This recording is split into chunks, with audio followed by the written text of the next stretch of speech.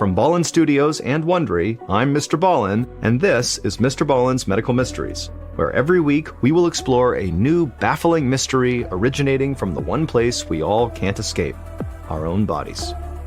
If you like today's story, please sign the follow button up for karaoke in the Philippines and put them down for the song My Way by Frank Sinatra.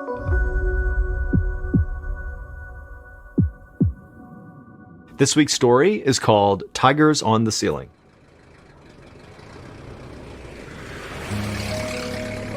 On a hot Friday afternoon in August of 1951, Dr. Albert Gabay drove his car through the narrow streets of a village in the south of France.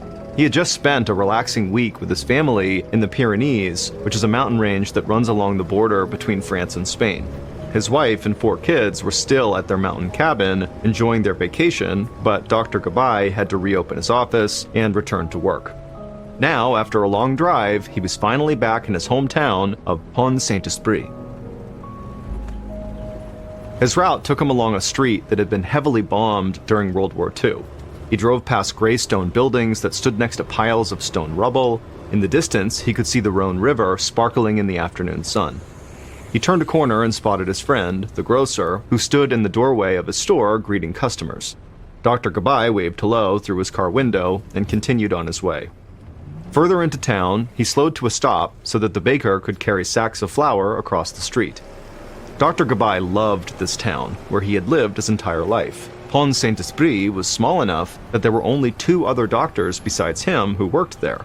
It was a friendly place where everyone seemed to know each other. Not long ago, Dr. Gabay had wondered if he'd be forced to leave Pont St. Esprit. During World War II, the village was occupied by the German army. Then Allied forces sent in warplanes to bomb the German troops.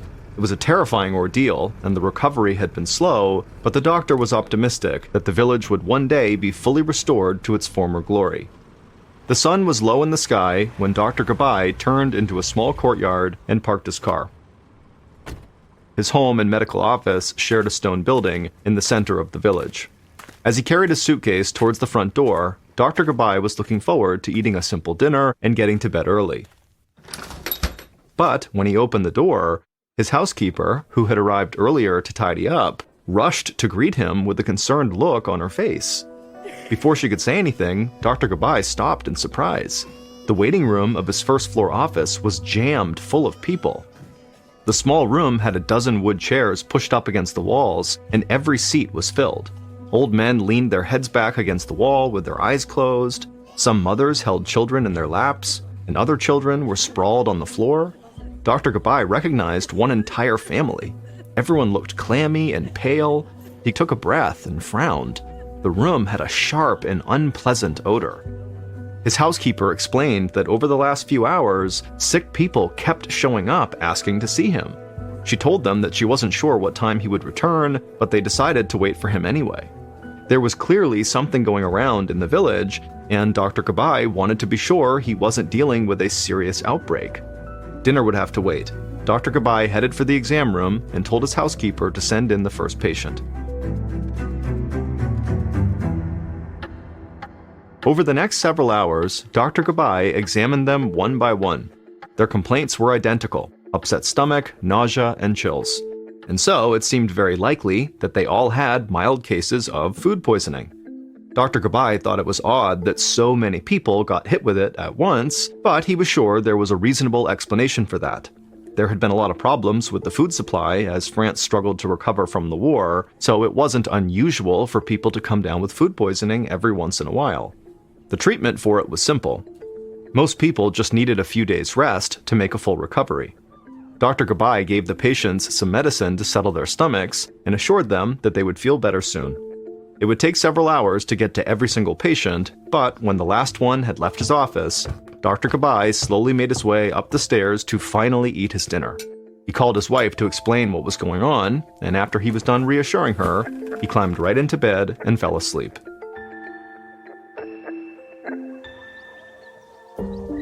At 11 o'clock the next morning, Dr. Gabay was standing in the kitchen of a farmhouse with the family who lived there. Half of the family had been sick in his waiting room the evening before.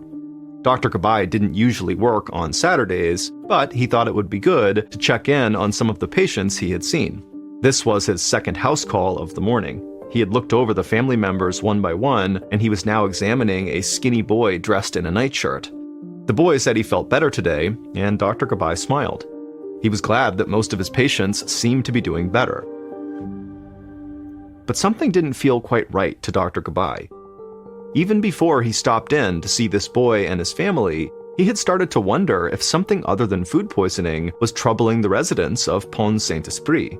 For one thing, he had questioned all of the patients, but he still hadn't figured out what they had all eaten that could have made them all sick. But there was another thing Dr. Gabai noticed that was even stranger. The farmhouse's kitchen had an incredibly unpleasant odor. It was the same one that had filled his waiting room the day before.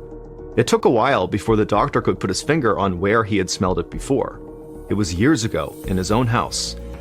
Some mice had been living inside his bedroom wall, but then the mice died, and it took several days for the smell of decay to go away. That dead mouse odor, like a mixture of rotten cabbage and sulfur, was what he was smelling when he was around some of his patients. This farmhouse, like all of the houses he visited that morning, was clean. Its windows were open, and the smell of warm bread from the nearby bakery was coming in with the summer breeze. There was no evidence of mice anywhere. But for the moment, Dr. Gabai didn't have time to think about it too much. Just before noon, after finishing his house calls, the weary doctor returned to his office, and his waiting room was full again. All the patients were again showing signs of food poisoning, and all had that same horrible smell.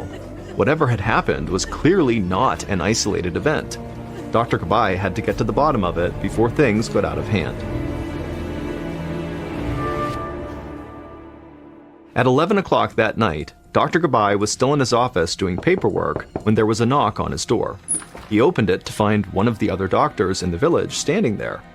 His name was Dr. View, and he looked completely exhausted, with dark circles under his eyes.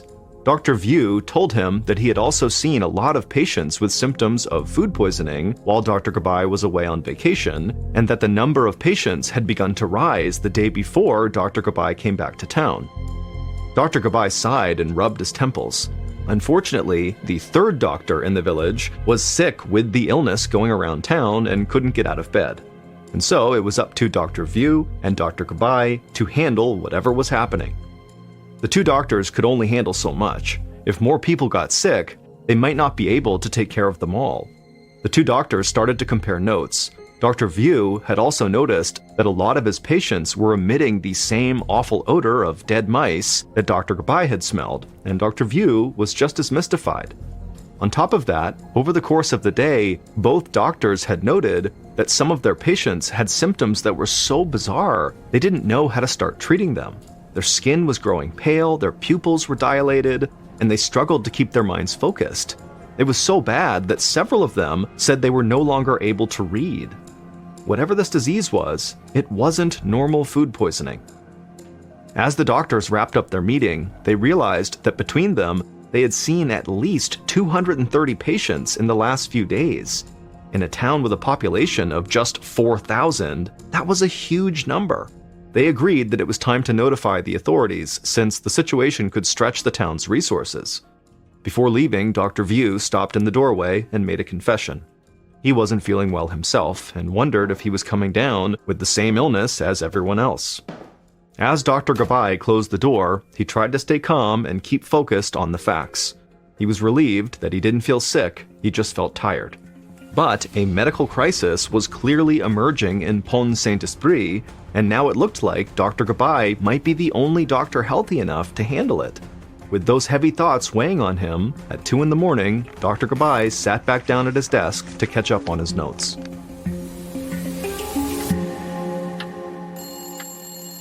Not long after, the phone rang. It was the wife of a local farmer named Felix Meissen. Dr. Gabai had made a visit to their home earlier on Saturday when he was making house calls. Felix's condition seemed to be improving, but now he could hear panic in the voice of Felix's wife. She said that Felix could hardly breathe or talk, and that he was acting like a madman. Within minutes, Dr. Gabai was in his car, speeding through dark country roads towards the farmhouse. Felix's wife met him at the door. She said that shortly after Dr. Gabai left their house on Saturday, Felix suddenly jumped up out of bed and ran out into the yard. Then he burst back in and rolled back and forth on his bed, screaming at the top of his lungs. Now, 12 hours later, he was curled up in a ball on the mattress, struggling to breathe. Dr. Gabai went immediately to the bedside to examine him. Felix was lying motionless, his breathing loud and ragged. He seemed barely conscious and didn't respond when Dr. Gabai spoke to him. His pupils were dilated and his temperature was low. Dr. Gabai worried that Felix's heart was going to give out if he didn't get treatment as soon as possible. The closest hospital that could handle this kind of emergency was an hour's drive south in a city called Nîmes. Dr. Gabai called for an ambulance and then tended to Felix while they waited for it to arrive. The doctor was grasping for any clue he could find, so he asked Felix's wife what they had eaten in the past few days. Just what they always ate, she said, summer stew, bread, cheese, and wine. But then she recalled that something terrible had happened at their house 2 days ago. They found their dog running in circles outside. Before they knew it, the dog was chewing on rocks until blood began pouring out of its mouth. Minutes later, their beloved pet went into convulsions and died. Dr. Gabai thought it was very possible that the dog's death was connected to the same illness that Felix and the others were all suffering from. If that was the case, the situation was even more serious than he thought. If the dog died, then people could die as well. The leaders of Pont St. Esprit needed to be alerted to the danger as soon as possible.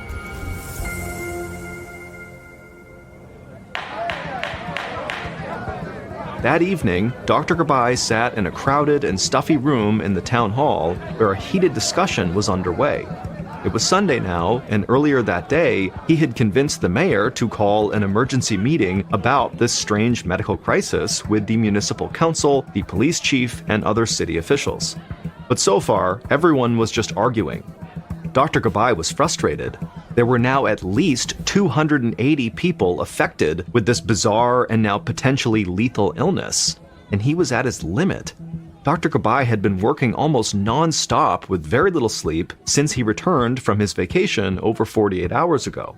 His eyes burned with fatigue and his temper rose, so he stood up and made sure his voice was strong, and he told everyone they needed to alert the town to the danger.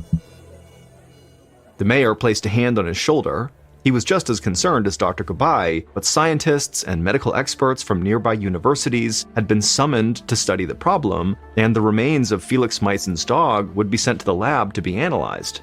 The mayor felt the best course was to gather that data and then figure out what to tell the townspeople. Anything else would make everyone more panicked.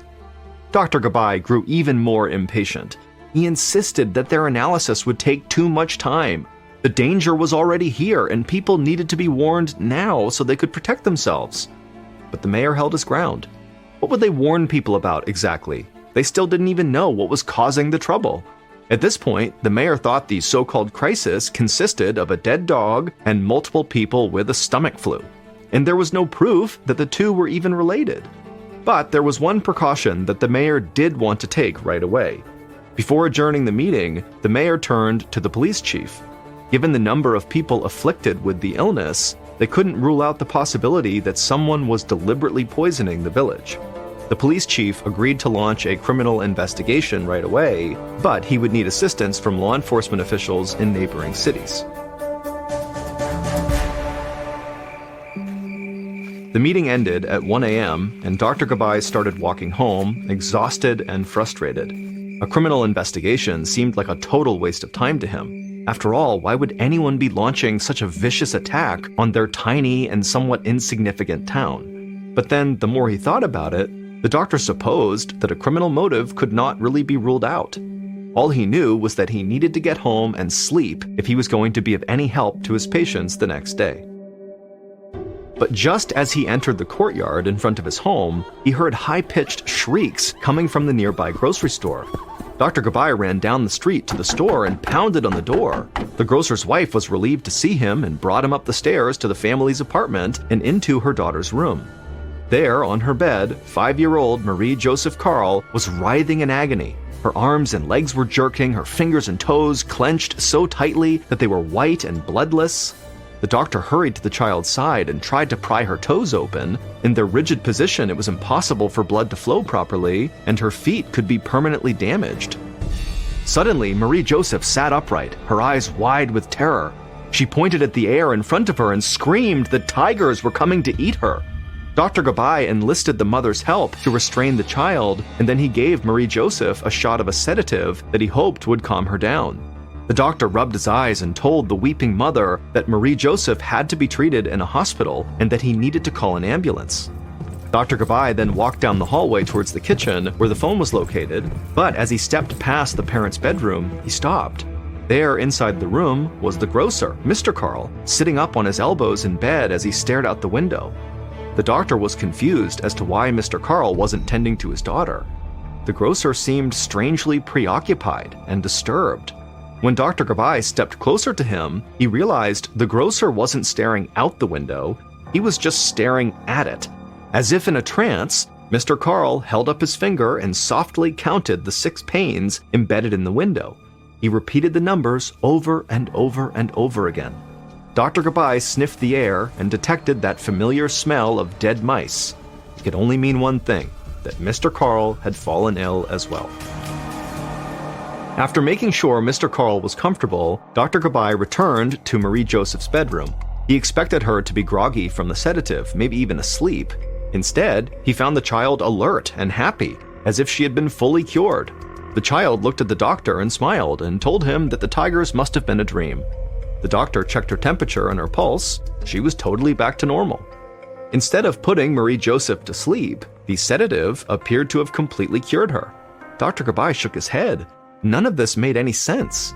He decided to hold off calling the ambulance, thinking Marie Joseph could now fully recover at home. It was nearly dawn when Dr. Gabai said goodnight to the Carl family and staggered back to his house. As he opened his door, the phone was ringing. It was the hospital in Nîmes. Felix Meissen, the farmer, was dead. Whatever illness was attacking the town of Pont St. Esprit, it was fatal. This had officially turned into a full-blown medical catastrophe.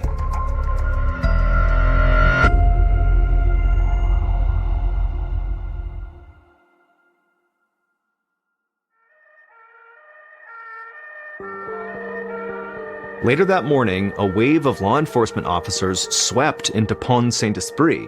They stopped people on the street to ask questions, they interrogated shopkeepers, and closed some shops entirely.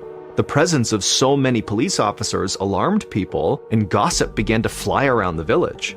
Every person knew someone who was sick. Some people speculated that perhaps the rumors were true, and a madman or killer was poisoning the village.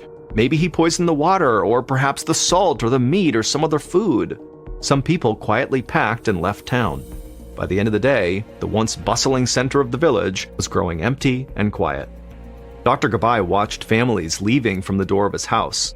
He thought of his own wife and kids who were still on vacation in the mountains. He'd spoken to them briefly at the start of this sickness, but he wanted to check in on them again. So he placed a phone call to the vacation house.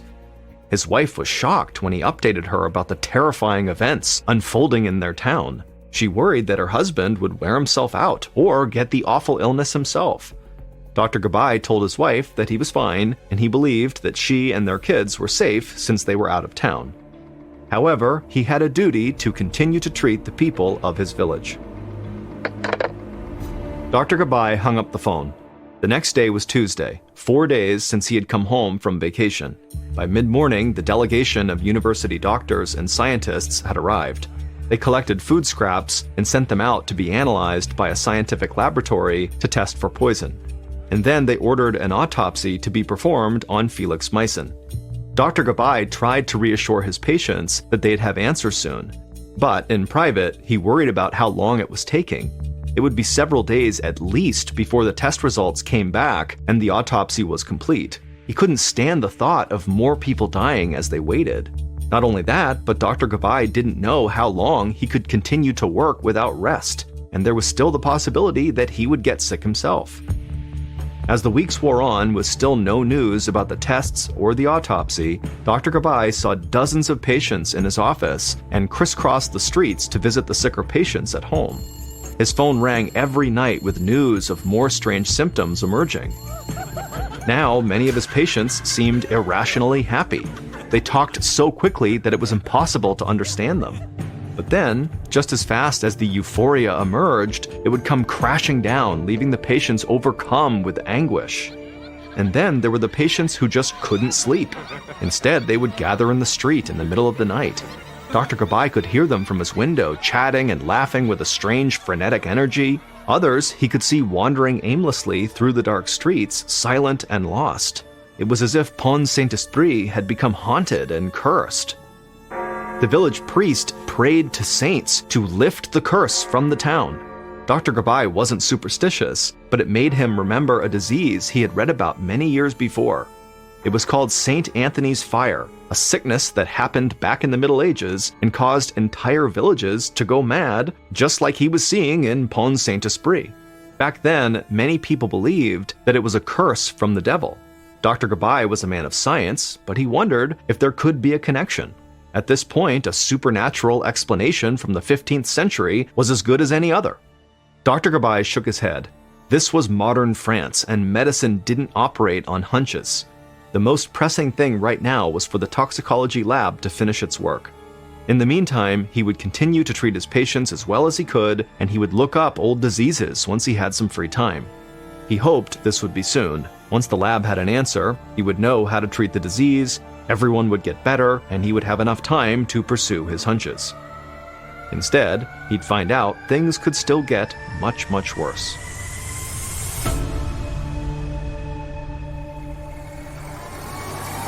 It was Friday evening, just 1 week since Dr. Gabai had returned from his vacation. He was in his car following an ambulance that carried little Marie Joseph Karl. Her delirious visions of tigers had returned, and she had become so violent that her mother had to tie her to the bed.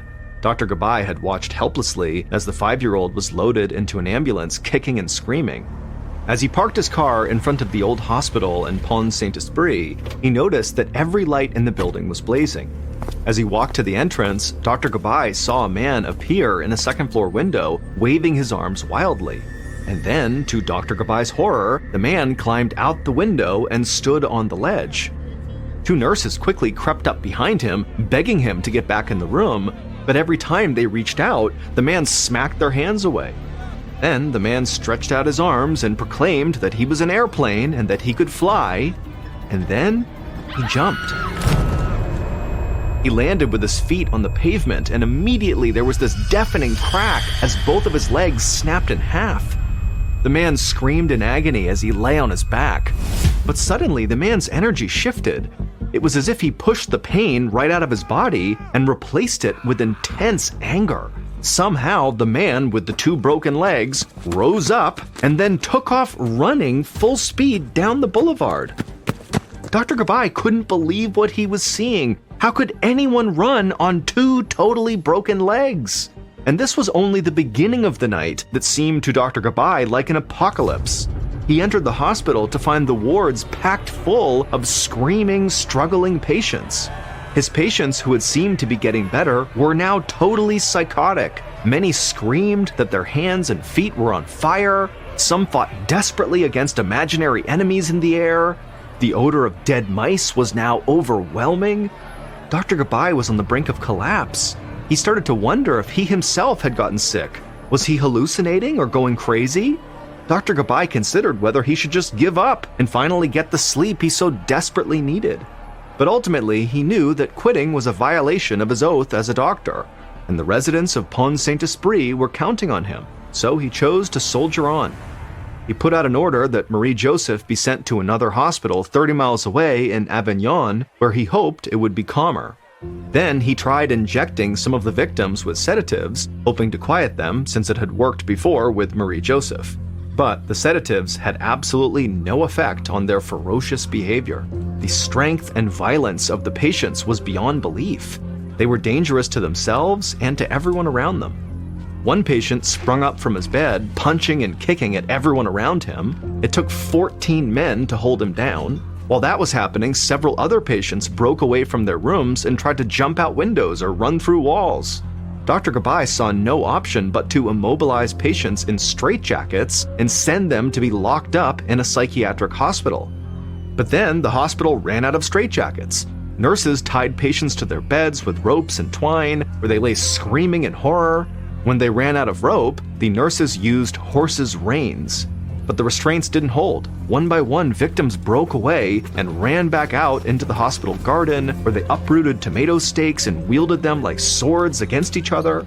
Dr. Gabai worked through the night trying to treat the injuries that patients had inflicted on themselves. One of these patients was the man who had leapt out of the window and broken both of his legs. It took 8 men to hold him down as Dr. Gabai set his fractures.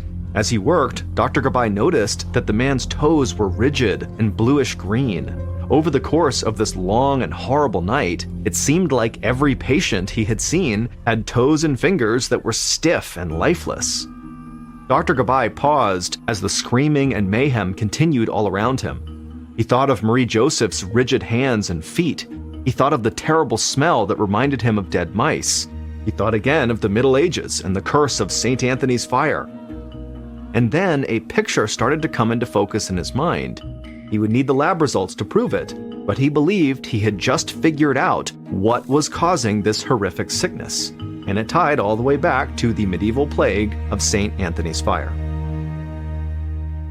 It took several days for Dr. Gabai and the medical investigators to fully uncover the truth, but they discovered that it had all started in an unassuming shop in the center of Pont St. Esprit. At noon on Thursday, August 16th, the day before Dr. Gabai returned from vacation, the village baker, Roche-Brion, completed the third and last batch of bread of the day. Roche had been a baker in Pont St. Esprit for 30 years. Every household in the village bought at least one fresh loaf of bread every day, and many thought that Roche's bread was the best in town. However, on that day, August 16th, Roche was not pleased with the quality of his product. As he kneaded the dough, he noticed that the color was slightly gray. There had been complaints about the bread recently. He blamed the flour, which had been delivered to him by the government agency that supplied flour to bakeries all over France. Ever since the war, the flour had been of bad quality. It was usually wheat flour mixed with flour made from rye grain and dried beans. Sometimes it even contained dust and insects. That day he was making the bread, the baker knew that the dough just seemed a little off. Still, every time he tasted it, he thought it tasted fine. So he baked the bread, put it out for sale, and decided he'd lodge a protest with the flour suppliers the next morning. All day Thursday, people streamed into his shop for their bread, and again all day Friday and Saturday. Before dawn on Sunday, Roche and his wife were feeling a little nauseous, but they decided to take an overnight trip to see their kids who were spending the summer out of town. When Roche and his wife returned to Pont St. Esprit on Monday, the epidemic was in full swing. His bakery had been closed by the police, and Roche's wife was now so ill that she went straight to bed. When the police concluded their investigations, they confirmed that everyone who got sick had bought bread from Roche's bakery. What Roche didn't know was that a portion of the rye grain that was used by the government to dilute the flour was bad. It had gotten damp in the field and a fungus had grown on it. That fungus had been ground up with the rest of the grain as it was turned into flour, and this flour ended up in a sack that was delivered to Roche's bakery to use for making his bread. This fungus was incredibly resilient. It not only survived being ground into flour, it also survived the high heat of Roche's bakery oven. It lay dormant in the crusty brown loaves Roche sold to his customers, and then when Roche's customers ate their bread, this fungus entered their bodies. The fungus caused their stomachs to cramp, made it impossible to sleep, and caused people to feel like their hands and feet were burning. It also triggered hallucinations of tigers and airplanes and flying. It even made dogs turn on their owners and think that rocks were food. In fact, it had affected all sorts of animals, including pigs, ducks, and cats. All of these bizarre responses were triggered by chemicals in the fungus. One of these chemicals was lysergic acid, from which lysergic acid diethylamide, or LSD, is made. LSD is a very powerful hallucinogen. On top of all of this, when people ate the fungus, it set off a response in their bodies that cut off circulation to their limbs. The terrible stink that reminded Dr. Gabai of dead mice was actually the smell of his patient's fingers and toes slowly rotting with gangrene. This gangrene was well known in the Middle Ages when it was a symptom of the plague known as St. Anthony's fire. Now, hundreds of years later, in 1951, this same plague was running rampant through the village of Pont St. Esprit long after the disease had passed out of memory. The fungus was known as ergot, and the illness it caused was known to modern medicine as ergotism. Ultimately, 7 people died and nearly 300 people were sickened in the ergotism outbreak in Pont St. Esprit. It took several months for the disease to run its course. Most patients slowly got better and were able to resume their normal lives. The baker, Roche, was at first suspected of intentionally poisoning the village, but was later found to be blameless. The memory of the 1951 poisoning still haunts the village. The official investigations went on for years. Finally, it was agreed that the people of Pont St. Esprit had indeed been under the influence of some kind of hallucinatory substance contained in the flour. How the substance got into the flour remains under debate to this day.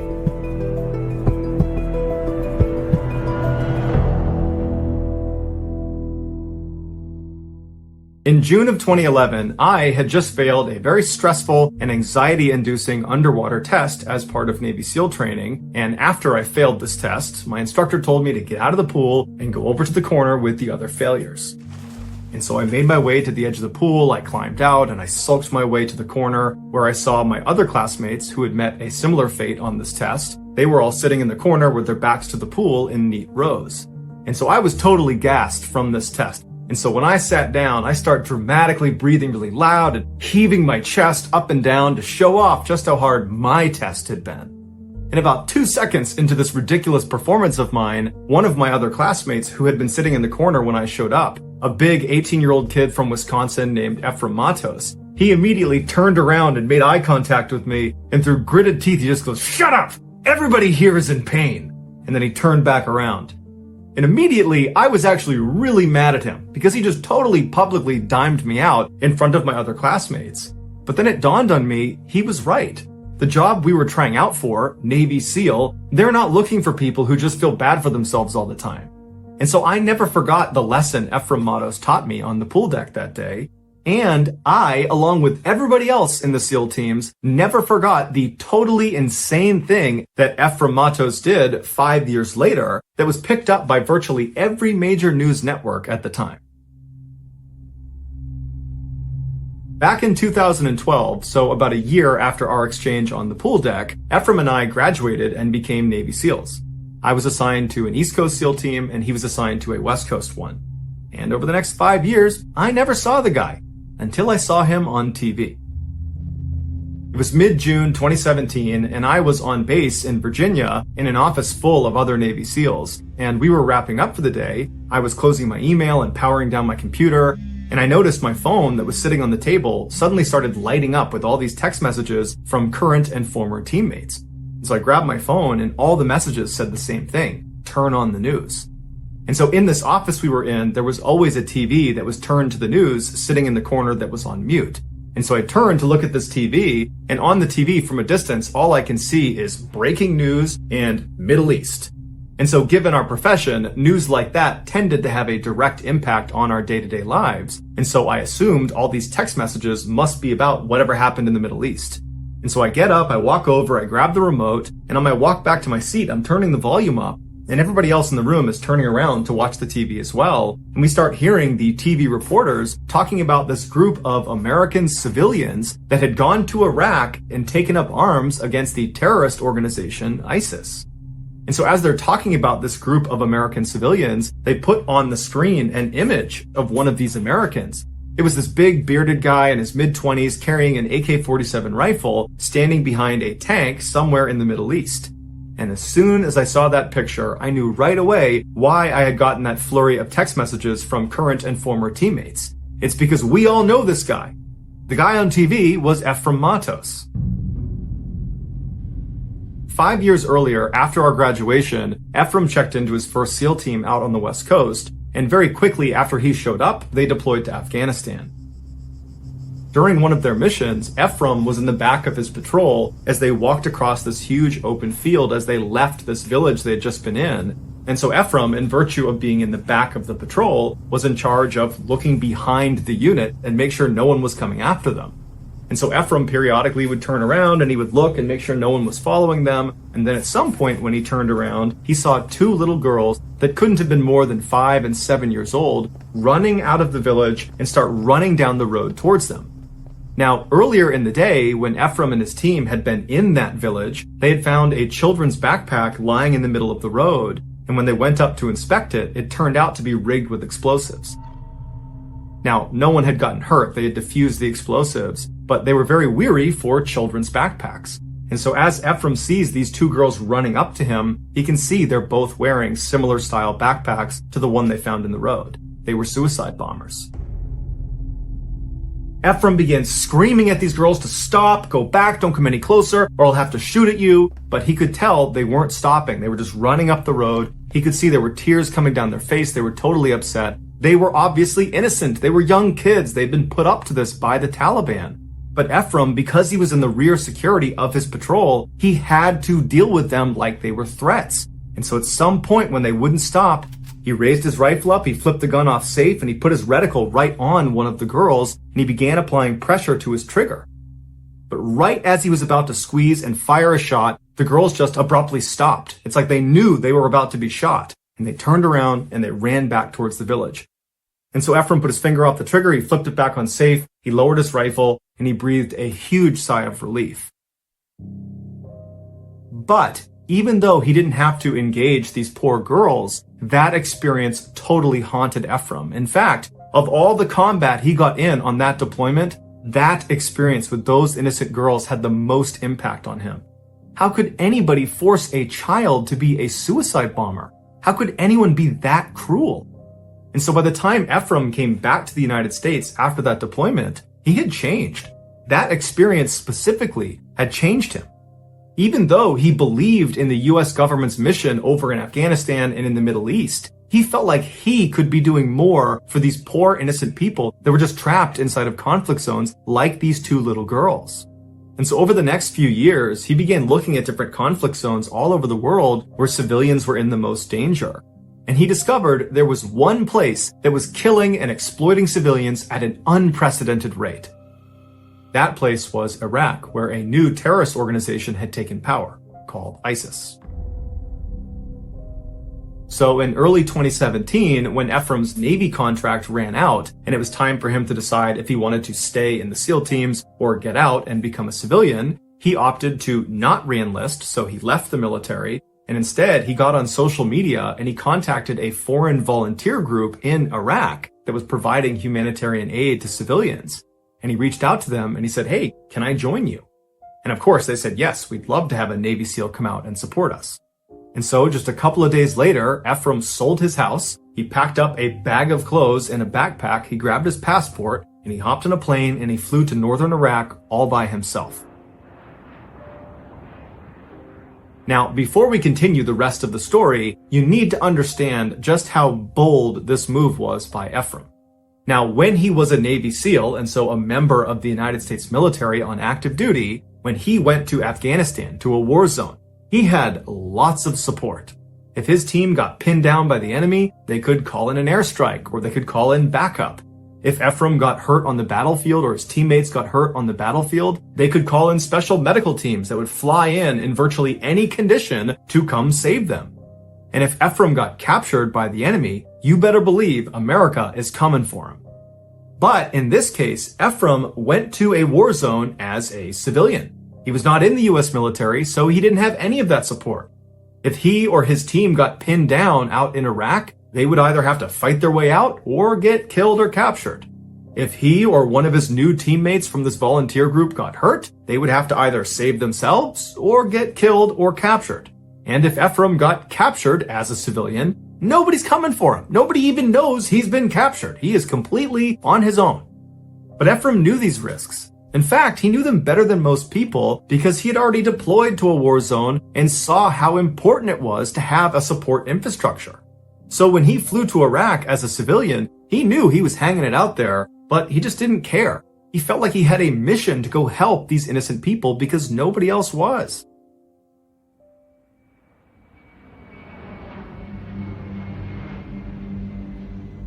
When he arrived in Iraq in March of 2017, he was met at the airport by one of the guys from this volunteer group Ephraim was going out to join. He was a very muscular, tattooed American in his mid-30s who introduced himself as Sky, and he said he had been a Marine, and while he was in the Marines, he had deployed to Iraq, so he was familiar with the area. The pair hopped in a vehicle, and Sky drove them to the volunteer group's safe house in the city, where Ephraim got a chance to meet the leader of this group. It was a tough-as-nails former Army Special Forces guy in his mid-50s named Dave. And Dave, for the past several decades, had been going out to conflict zones all over the world, and he would tell Ephraim that the worst atrocities he had seen committed against civilians in any of these places was where they were right now, in Iraq, at the hands of ISIS. A few days later, Ephraim, Sky, Dave, and a few other American volunteers loaded up into this convoy made up of armored ambulances, and they left the city and they headed west into the countryside towards a huge city called Mosul that 3 years earlier had been captured by ISIS. On their journey towards the city, Ephraim and the others had to pass through a number of military checkpoints. Now, most of these checkpoints were stood up by their ally, the Iraqi army. But Ephraim and the others knew that they might stumble upon an ISIS checkpoint, and in virtue of all of them being pale-skinned Americans, they would instantly be recognized as the enemy and fired upon. So every time they slowed down for one of these checkpoints, Ephraim and the others would clutch their guns closely and mentally prepare themselves for a potential vicious close-quarters fight to the death. But luckily, they managed to go the entire distance all the way to the outskirts of Mosul without any checkpoint drama. And once they got there, they linked up with an Iraqi army unit that the leader of this volunteer group, Dave, had a relationship with. Over the first month that Ephraim was in country, he worked with this Iraqi army unit to help distribute food and provide medical care to civilians in and around Mosul. Then, in month 2 of his stay in Iraq, everything changed. Iraqi decision makers decided it was finally time to retake Mosul from ISIS. This was a huge military movement that required several units to work together and would take several weeks. The main Iraqi army was going to push inside of the city limits of Mosul and inch by inch reclaim territory from ISIS, while the army unit that Ephraim and his volunteer group had embedded with would be responsible for reclaiming some of the villages around Mosul that ISIS had occupied. And so suddenly, Ephraim and the rest of his volunteer group went from being humanitarian aid workers to having a direct frontline combat role with the Iraqi army.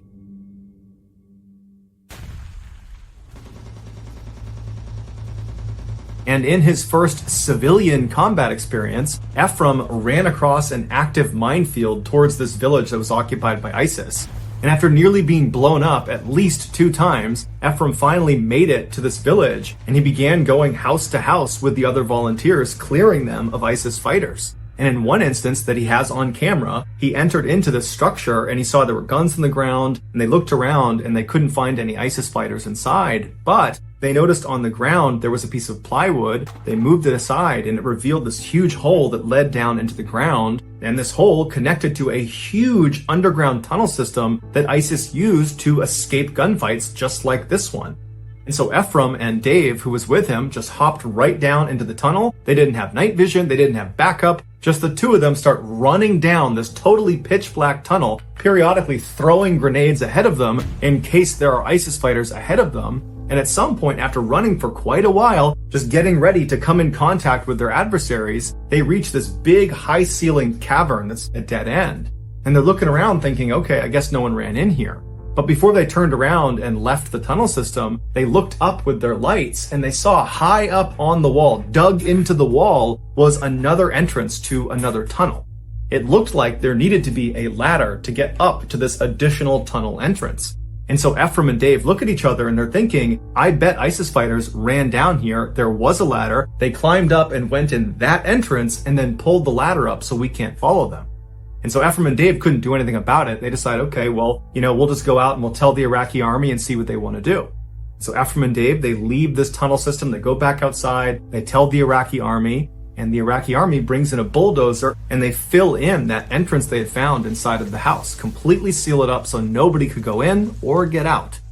And then later that night, after that village had been cleared of all ISIS fighters, they began hearing muffled explosions underground near where this entrance to this tunnel was. And what it turned out to be was ISIS fighters that realized they had been buried alive. They had snuck down there. They had used a ladder to get up into that crawl space. But when they realized they were doomed, they blew themselves up.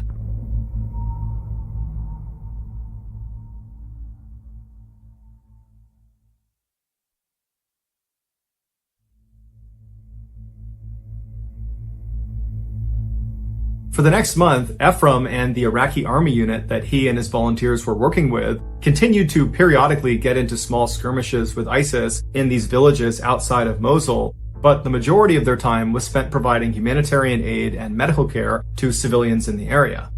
Then in May, their mission changed again. The other Iraqi army units that had been sent directly into Mosul a month earlier to inch by inch eradicate the area of ISIS fighters, they had done a relatively good job, but the last few ISIS fighters had been pushed up into this northern section of the city where they had bunkered down inside of these blown out concrete structures, and they were putting up an unbelievably fierce fight. So fierce, in fact, that these Iraqi army units in the city were not able to go any farther forward. They needed armored vehicles and tanks if they were going to be successful. And it just so happened the army unit that Ephraim and his volunteer group had embedded with, that had been outside of Mosul this whole time, they were an armored unit. They had armored vehicles and tanks. And they were ordered to head right into the heart of Mosul and liberate it once and for all. And so on May 4th, Ephraim and the other volunteers loaded up in their armored vehicles, and they joined this huge line of dozens and dozens of tanks and other armored vehicles looking at the western side of Mosul. There was just a field between them and the city walls. And as soon as this massive convoy began moving forward towards the city just opened up on them. Heavy machine gun fire, rocket fire, mortars, it was just absolute chaos. ISIS knew they were coming, and so they were unleashing everything they had on them. And Ephraim would say, after his vehicle actually got inside of the city limits of Mosul and was on one of their roads, all these booby-trapped cars began detonating all around them, and the machine gun fire and rocket fire and mortar fire only intensified. At the same time this was happening, Iraqi civilians inside of Mosul saw this unbelievable wave of violence happening, and they began trying to flee the city. Now, ISIS had effectively kept them hostage inside of Mosul because they needed lots of civilians in and around the area because it prevented Iraq and America and other forces that were fighting ISIS from indiscriminately bombing Mosul to get rid of the ISIS presence there.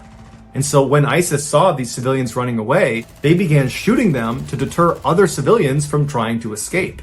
And so right in front of Ephraim, as he's driving into the city, men, women, children are just being gunned down all over the place. Naturally, Ephraim and the other volunteers hopped out and tried to return fire at these ISIS shooters, but they were so well fortified in different structures, they couldn't even see them, let alone hit them. So they did the next best thing. Ephraim and the others began putting themselves out in the open to draw fire on themselves so that other nearby civilians could run to safety. And for the next 3 days, that's what they did. Constantly exposing themselves and dodging bullets, and then also when they weren't doing that, they were treating these civilians that had been wounded and other Iraqi soldiers that had been wounded. Now, to this point, Ephraim had seen combat when he was in the United States Navy as a Navy SEAL, and he'd seen combat as a volunteer with this group. But it wasn't until he got inside of Mosul that he saw just how barbaric humans can be to one another. He said he saw so much death and dying all around him that it was like his brain couldn't compute that level of barbarism. He would later write a book called The City of Death, and it was about his experience in Mosul. And he said the reason he named the book The City of Death is because that's what it felt like. Everywhere around him was just death.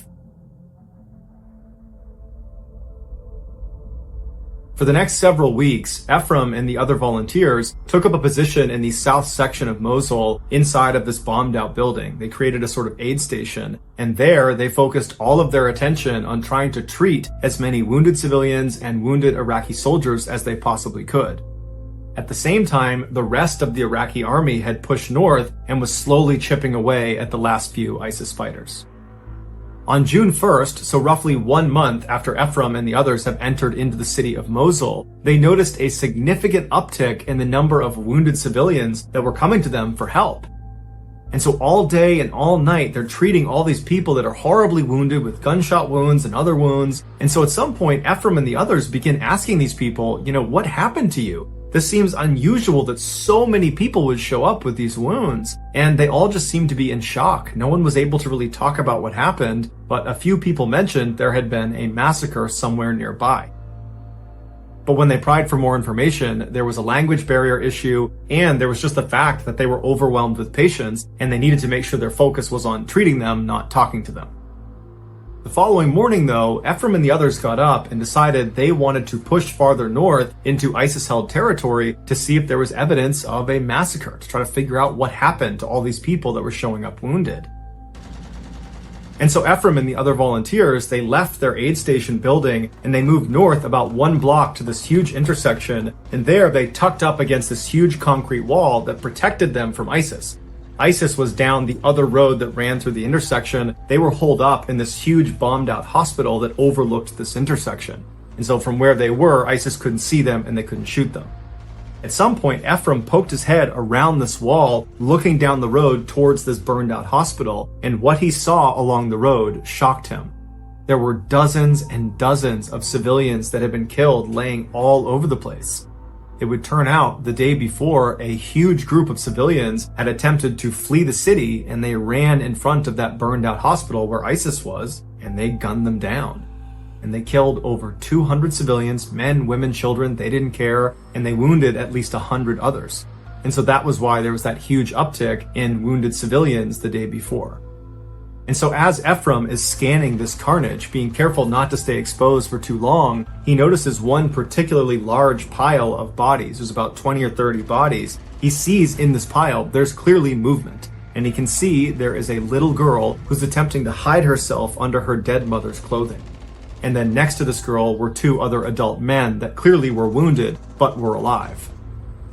Ephraim immediately starts yelling to them to run to him, you're gonna get killed out there. But the 3 of them were completely shell-shocked. For the past 24 hours, they had been laying inside of this pile of bodies. And so they were not gonna be able to move on their own.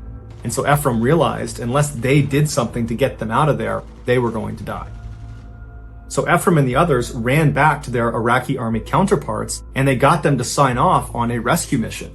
And their plan was they would have one of the Iraqi tanks drive down that road straight towards that hospital where all the ISIS fighters were, and right behind the tank would be an Iraqi Humvee, inside of which would be Ephraim and the other volunteers. And so they would go straight down the road, the tank would serve as a sort of shield for the Humvee, and after the tank passed the pile of dead bodies, the Humvee would be lined up right next to it. Ephraim and the others would hop out, they'd grab the girl and the 2 other men, pull them back in the Humvees, and then the 2 vehicles would back up to safety. Once this plan was in place, Ephraim and Dave and the other volunteers contacted the American military in the area, and they got them to authorize a smoke screen. They would fire artillery shells with airburst smoke grenades that would obscure the view of the ISIS fighters in the hospital. They wouldn't actually be able to see the tank or the Humvee or this rescue operation taking place right in front of them. And so shortly after these plans are totally finalized and Ephraim and the others are loading up in the Humvee and they're getting in position to turn that corner and begin this operation, the driver of the Humvee says, you know what? I don't want to do this anymore. It's not safe. I'm not willing to do it. Ephraim and the other volunteers tried to convince him to still do the operation because they didn't have time to get a replacement Humvee, and they had already coordinated with the American artillery units that were going to be firing these shells at a certain time, and so they really didn't have an opportunity to do this operation again if this guy backed out. Not to mention, if they didn't get out there quickly, these 3 people were going to die anyways. And so finally, when Ephraim realized this driver was not going to budge, he was not going to go in this operation, Ephraim and the others got out of the Humvee and they walked up to the tank driver and they asked him, are you still prepared to go on this rescue operation? And he said he was. And so even though if they went through with this mission, it would mean Ephraim and the others would be on foot behind the tank, completely exposed, they were still totally down for doing it. In fact, Ephraim would say at no point did they consider canceling the mission. They were so focused on saving these 3 people that they were prepared to sacrifice themselves to do it. And so the tank driver closed his hatch, Ephraim and the others got behind the tank, they turned that corner so they're facing the hospital, and then a couple minutes later, as planned, American artillery launched these airburst smoke grenades that totally obscured ISIS's view. And as soon as those smoke clouds were in the air, ISIS came out and just started firing randomly straight down in the general direction of where this tank was. They couldn't really see the tank. They had no way of knowing what they were doing out there. They just knew something was going on. And so meanwhile, Ephraim and the others are tucked up behind this tank as it's slow rolling in, as rounds are impacting all around them, mortars start landing all around them, and it turns out there were other ISIS fighters not just directly ahead of them in the hospital, but also off to their side in other buildings. So they were getting hit from two directions. Ephraim remembers as he was behind this tank trying to stay as small as he could, he began dry heaving because he was so terrified. He was completely convinced he was going to die that day. Eventually, the tank made its way just past this pile of bodies, and at that point, Ephraim actually stepped out and fired back towards ISIS in the hospital and over towards the berm to provide some cover fire, while Dave and another volunteer ran over and pulled the girl and the other two men out of the pile and behind the tank. The girl and one of the men were okay. They were not badly physically hurt, but the other man was badly hurt and he couldn't walk. And so thinking quickly, Ephraim and his team found a piece of sheet metal on the ground behind this tank, and they rolled him onto it and used it like a stretcher and began dragging him as the tank began moving in reverse. And so as bullets are still flying all around them, rockets are landing next to them, they're moving, they're making good progress, when the wounded man slips off of the sled, and he lands right in the tracks of where this tank is going to go. And for a variety of reasons, Ephraim and the others had no way of communicating with the tank driver. So the tank driver is just going to keep on moving and he's going to run over this injured man who can't go anywhere.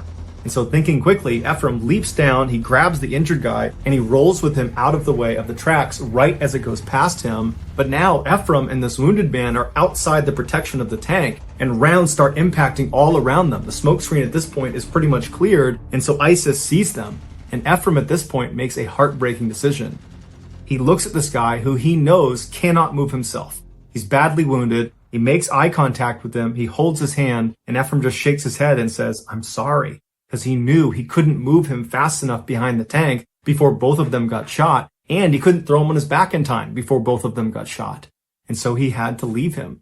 And so Ephraim jumped up, he leapt behind the tank right as a volley of fire hit right where he had been standing, and then Ephraim and the others continued moving back. That wounded man would go on to be killed by ISIS.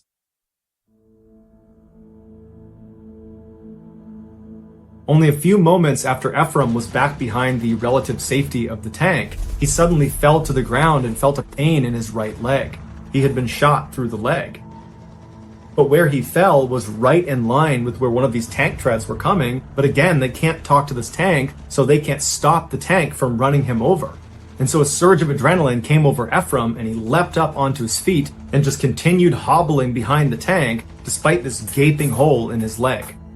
Eventually, they made it all the way back to that intersection where they had started, but the only way they could get back down the alleyway to safety with the Iraqi army was to run across a small segment of this street. Basically, you needed to be exposed for just a second running across.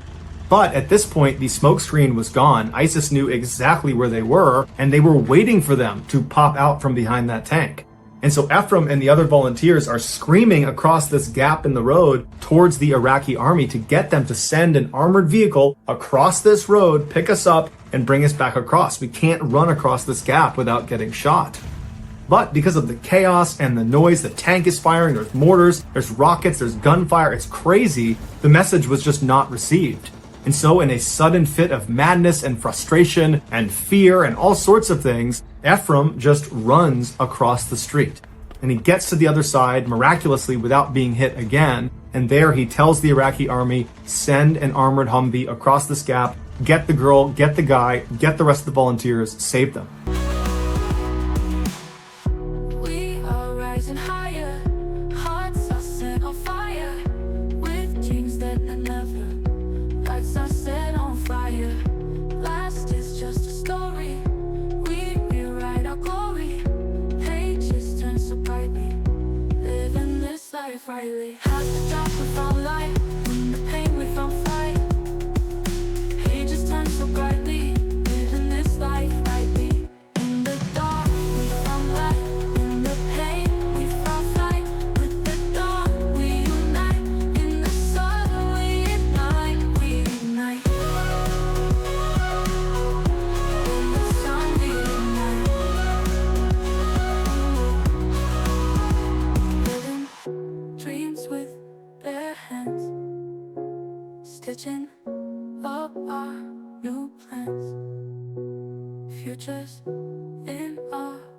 excitement. United, we will stand.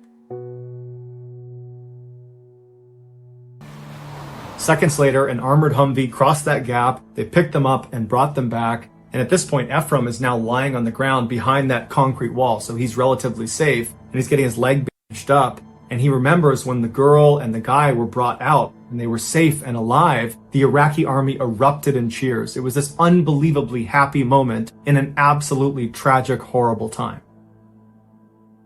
The Iraqis would transport Ephraim in an armored ambulance to an aid station south of where this intersection was, and there they would put him on a cot, and a doctor would rebandage his leg, and then he would walk away. And so Ephraim is left inside of this room to kind of think about what had just happened, and he looked over to his left, and just 2 beds over from him was the girl he had just nearly died saving.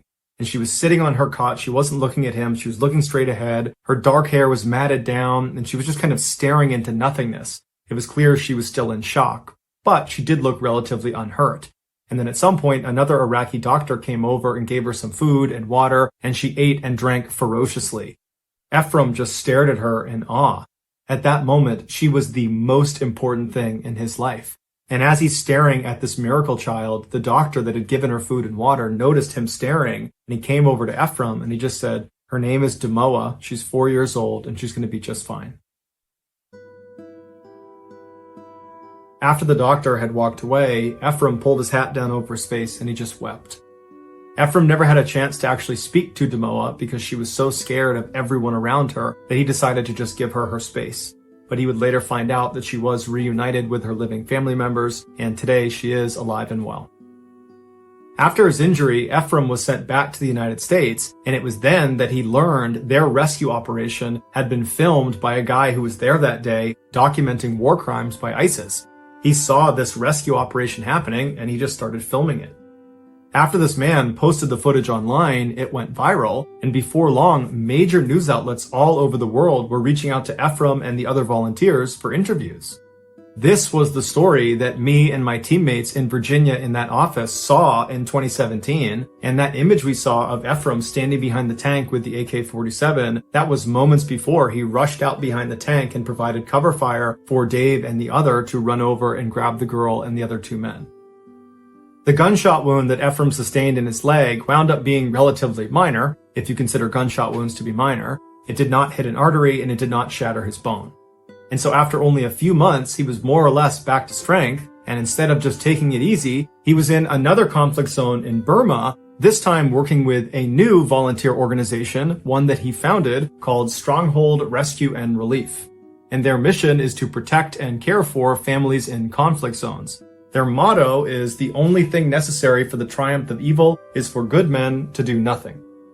Despite being a very small organization, they are having enormous impacts all over the world, but they need our help. They rely on a small army of people who pitch in small donations every month to keep operations flowing.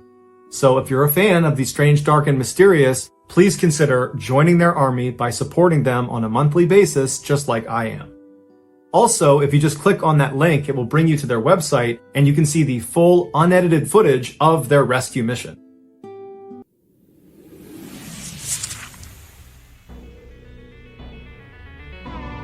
Thank you for listening to the MrBallen podcast. If you enjoyed today's story and you're looking for more bone-chilling content, be sure to check out all of our studio's podcasts. Not just this one, but also MrBallen's Medical Mysteries, Bedtime Stories, Run Fool, and Wartime Stories. To find them, all you have to do is look up Ballen Studios on any podcast platform, and boom, you'll find